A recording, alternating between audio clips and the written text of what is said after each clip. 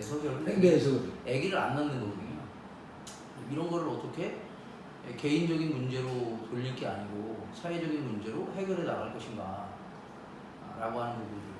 그러기 위해서는 유럽 사회에서 이제 북유럽에서 지금 성공한 케이스가 아기 나면 얼마를 지원해주는 이것도 중요하지만 그거보다 선제적으로 결혼을 할 수 있는 환경을 만들어주는 거에 우리가 좀 더 많이 해야 되겠다.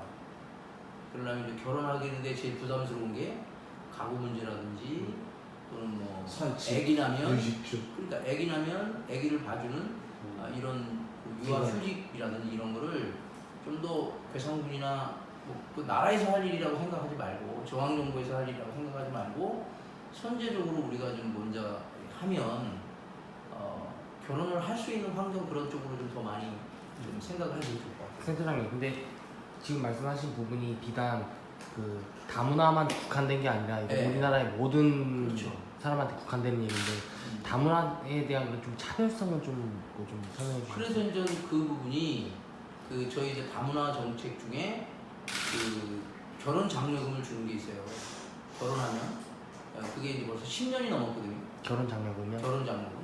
그러니까 결혼 장려금을 주는 이유도 그런 쪽에 선제적으로 하는 부분들인데 이런 게 좀 더 많이 홍보가 됐으면 좋겠다는 거예요. 그러니까 괴산군에서만 주는 건가요? 아니면 계산군에서도 주는데 다른 데서는 주는 데도 있고 아니고 지자체에서는 달라요. 다르지만 우리는 지금 그거를 10몇 년 벌써 됐어요. 그러면 한 가구당 결혼을 하면 얼마가 지원되는 거예요? 500만 원 500만 원 지원을 지원이요? 네. 그래서 이제 뭐 돈만 지원해 주는 게 아니고 사전 교육서부터 사후 교육까지 하는 일정한 그 교육 프로그램도 있고 언어의 소통 이런 문제는 어떻게 해결해요? 그런 거는 이제 여기 센터를 이용하면 교육적인 다 돼 있으니까 시스템이 갖춰져 있으니까. 근데 다 무료로 교육해 주시는 거죠? 저희 센터에서. 그래서 이제 그런 부분들이 현재 지금 괴산에서는 진짜 다문화 가족을 통하지 않으면 현재 지금 인구 늘리는 방법이 특별한 케이스가 없어요. 없죠. 그래서 상당히 공헌을 많이 하고 있고 지금 신생아들 낳는 부부들이 대개가 다문화 가정에서 나오니까. 그래서 좀 더 그거를 좀 홍보를 좀 많이 하면 한 명이라도 더 가정을 이루게 만들면 지금 얘기한 걸 홍보를 좀 네. 중점적으로 하자. 그런 쪽으로. 또 탈북민도 지금 관련하십니까? 탈북민도 원래는 이제 저희 다문화 같은 다문화 가족이라고 하는 그 개념에 들어가 있어요.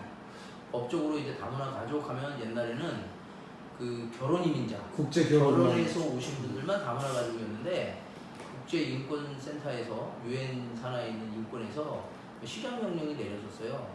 다문화 가족 안에 유학생들, 외국 근로자, 한국에 장기 체류하시는 모든 분들을 외국인들을 다문화 가족 범주 안에 다문화 가족 법에 이제 넣으라고 해가지고 그 개정이 된 게 있습니다.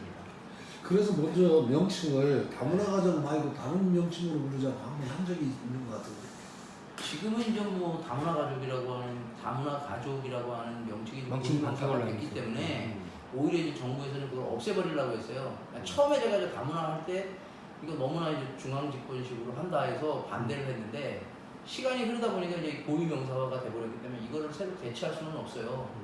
다문화는 지금 자리가 잡혔기 그냥 다문화 때문에 가정으로 간다. 단지 다문화라고 하는 이 언어 속에 편견이 너무 많이 이제 자리 잡힌 거예요. 제대로 알지 못해가지고. 그래서 다문화라고 하는 이 개념을 좀 더 많이 홍보해가지고 좀 제대로 좀 정착되게 했으면 좋겠다. 그게 첫 번째고 하나는 다문화 가족이라기보다도 다문화인. 다문화인.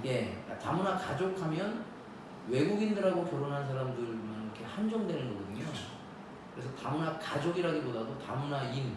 그러니까 내국인들도 다문화인이거든요. 다문화 사람. 왜냐면 글로벌 사회에서 세계인 즉. 그러니까 세계인이라고 하는 말도 좋지만 우리가 다문화인. 그러니까 한국 사람도 다문화인이다. 지금 국경 없는 이 사회 속에서 사는데 그렇죠. 그래서 그런 부분들을 좀 더 많이 좀 지역사회에서 홍보를 좀 많이 해서 좀 네, 센터는 센터에서는 그런 홍보를 어떠한 부분을 접근하고 있나요? 저희들이 학교에 가서도 이제 교육을 하고 학교 교육을 그다음에 직접 초등학교를 다니면서 초등학교 저희도 찾아가는 다문화 이해 교육이라고 지원 해서 프로그램인 건가요? 저희도 11개 충북 시군에서도 저희들이 그거는 이제 교육청에서 이제 우리한테 위탁을 한 거예요. 사업을. 그 중에서 예산이 그럼 교육청에서 나오는 조금 거고요? 받습니다. 많지는 않지만 그 매년 그러면 그 예산이 줄지는 않고요. 않고요? 정도 되는데 그 찾아가는 다문화 사회 이해 교육이 상당히 자리 잡혔어요. 다른 시군들하고 콘텐츠를 많이 개발하고 교육 콘텐츠를 개발하고 그래가지고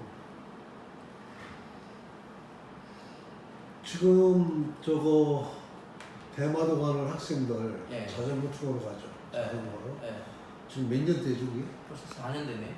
그 내가 첫회 작년에 내가 온 것 같은데. 예. 그때 갔어. 전부 몇 명씩이나 가죠 한 번 가요? 요번에 38명 가요. 많이 가네. 며칠 날 출발해요? 요번에 이제 8월 1일 날 가서 8월 6일 날 들어오는데요. 괴산 아이들은 20명 정도 가고요. 그다음에 충북 다른 지역에 있는 애들이 하고 또 다른 먼 지역 전국 애들 해가지고 전국에서도 와요? 예 가고 좋다고 그래가지고 그래서 그 중에 이제 다문화 가족 우리 괴산에 20명 중에 6명? 6명은 일반 아이들도 가고요. 일반 아이들도 6명. 다문화. 괜찮네. 그래서 이제 다문화 이제 일반 아이들도 좀 같이 하게끔 이제 만든 프로젝트니까. 나이대는 뭐 상관없는 거예요? 다문화 하면 되는 거예요? 중학교, 고등학교까지만? 네. 대학생들도 이번에 이제 대학생들도 스텝으로 갑니다. 다문화 스텝으로? 애들도 이제 그 경험 있는 애들이 이제 가서 스텝으로 먼저 갔던 애들. 네. 그럼 센터장님 여기서 오래 계셨었잖아요 그래도. 예. 그럼 여기에 근본적인 문제는 뭐라고 생각해요? 저희 다문화. 제가 다문화기 때문에 전 알거든요. 저는 어머니가 하고 저는 이제 아버지가 한국 사람이고 어머니도 한국 사람인데 네. 이제 외할아버지가 저는 중국 사람이에요. 아, 그래서 그걸 누구 다 잘 아는데 그 근본적인 문제는 뭐라고요? 이번에 국회의원들도 보면은 다문화에 대한 공약은 하나도 없더라고요. 네. 센터장님에 대한 말씀 한번 그러니까 이제 생각을 한번 들어보시죠. 다문화 공약이 없는 이유는 이제 소수 쪽에 어떤 숫자로 비하면 작잖아요. 소수 쪽에 너무 많이 지원을 하니까 반다문화에 있는 사람들한테 오히려 이제 역공을 받기 위해서 요즘에는 이제 다문화에 대한 표시켜서 많이 안 내고 있어요. 안 내고 있고 제일 문제는 어쨌든 다문화에 대한 편견적 의식이 자리 잡고 있다는 거예요. 의식이? 네. 그러니까 다문화라고 하는 게 외국인으로 취급을 하는 거죠. 외국인. 그래서 지금 대한민국의 다문화는 인종적인 다문화도 아니고 그다음에 종교적인 다문화도 아니란 말이에요. 유럽은 다문화 속에 종교적인 갈등 문제 해결하는 부분도 있고 유럽식, 미국식은 인종이거든요. 흑백 갈등. 근데 저희는 그게 아니고 우리는 종교 갈등은 없잖아요. 그런 건 없어요. 그러니까 민족적 다문화예요. 민족적 다문화. 그러니까 그 민족이 다르니까 외국인이다라고 하는 개념인데 우리도 빨리 바꿔서 그러니까 방글라데시아에서 엄마 아버지가 있다고 하더라도 그 아이가 한국에 살고 있고 한국의 문화와 그 어떠한 습관을 갖고 있어 살면 한국인으로 봐야 되는데 그냥 외국인으로 바라보는 그러니까 다문화 속에 그런 그 뭐랄까 그 외국인이라고 하는 그런 선입관이 잡혀 있어요. 그러니까 2세들이 다문화 2세들이 제일 지금 힘들어하는 게 이런 거잖아요. 다문화 2세들이 외국인으로 바라본다는 거예요. 그러니까 이방인. 엄마 아빠들은 외국인은 맞아요. 한국에 외국에서 와서 왔는데 2세들은 외국인이 아니에요. 한국에서 태어난 한국 사람인데 그게 고질적인 거잖아요. 네, 그런 부분들의 지금 의식이 아직도 좀 많이 안 비단 시골도 국한되는 거예요. 특히 시골은 더 심하고 도예지는 그래도 요즘에 이제 뭐 외국인들이 하도 많다 보니까 그런 부분을 개선해야 되는 게 또 센터의 일이라는 거죠. 그렇죠. 예.